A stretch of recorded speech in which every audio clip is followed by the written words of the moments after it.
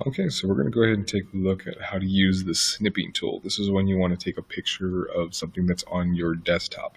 If you're on a Mac computer, then you have a different snipping tool option. You have a shortcut that you can do on your desktop, but I'm going to show you how to do it on a PC since it's what's issued by the district. So I come over here where the start is, and in the search bar, I'm just going to write in snipping tool. And you'll see there it is. It's a little scissors. Usually what I end up doing is I'll just pin this to the taskbar, but for this option, I'll just go ahead and click on it.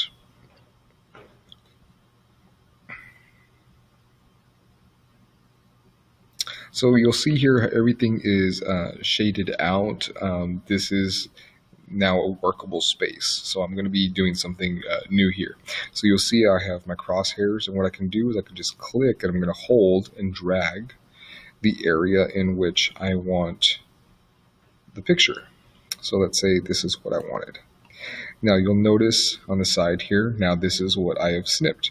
So from here I could save, or if I make a mistake, I can just click on new again, and we'll do it again because I have a black mark there. So we'll click new, and it blanks out again. So now I can do this again, click, hold it and drag, and now there we go. Now I can come up to the top right here. I can save the snip. And usually what I end up doing, just to make it easier, I put in the desktop. And right here where it says file name, I'll just put specifically what it is, or a specific number, just that way it's easier for me to see what it is. So let's go Star Wars and save.